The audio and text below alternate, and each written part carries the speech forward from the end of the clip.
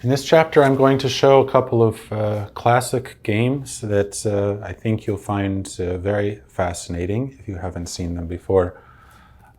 First, we'll see a game by probably my favorite player, Alexander Alekhine. His name is actually pronounced Alekhine, but Alekhine is what most people recognize, so we'll say it that way.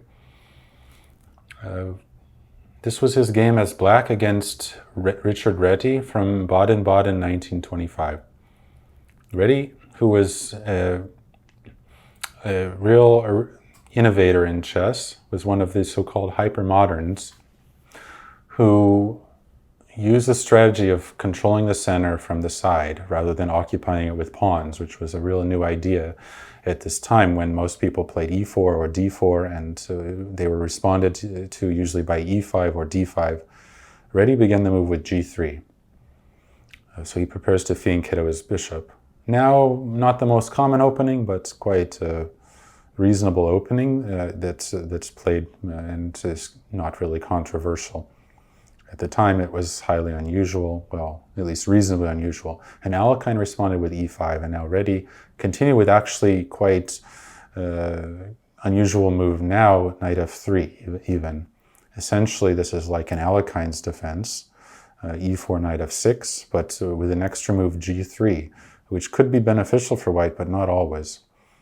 In this game, he got a good position. Alekhine continued aggressively with e4, knight to d4, and now d5.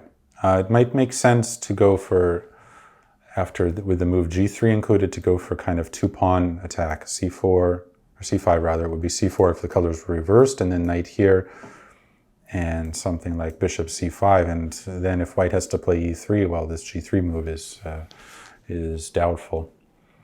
So that was a way to actually exploit white's extra tempo, which calls some into question. I think Alekhine actually was the one who pointed this out later. But in this game, after knight d4, he played the natural move d5.